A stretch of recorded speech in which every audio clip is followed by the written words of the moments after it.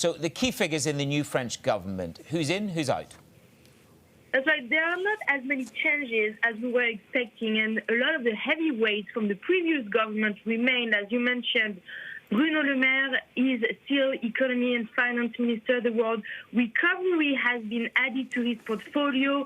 He'll also get 3 junior ministers to help him in this post-COVID economy. Jean-Yves Le Drian remains a foreign minister. The man in charge of the COVID response, the health minister, also keeps his job, as well as the defense minister. There are 3 main significant changes.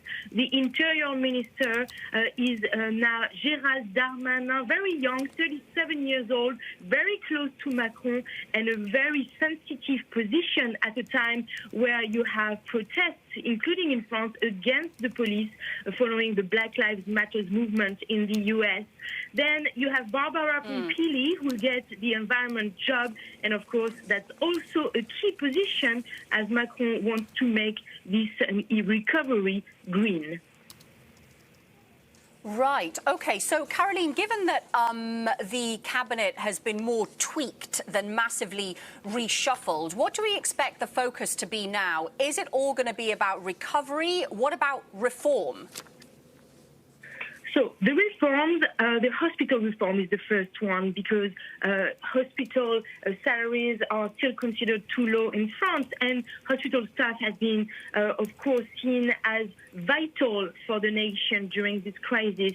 Then Macron was also talking about pausing or changing, making some adjustments to the pension reform, although the business lobby, MEDEF, and the unions have said perhaps this is not the time. We need to focus on the economy. And of course, that is the big thing this new government will have on its plate: rebuild the French economy, make this recovery stronger after the COVID crisis. That's one of the reasons the new Prime Minister, Jean Castex, kept Bruno Le Maire, especially at a time when French GDP is expected to contract 11% this year, and the jobless rate in France could also increase above 11%.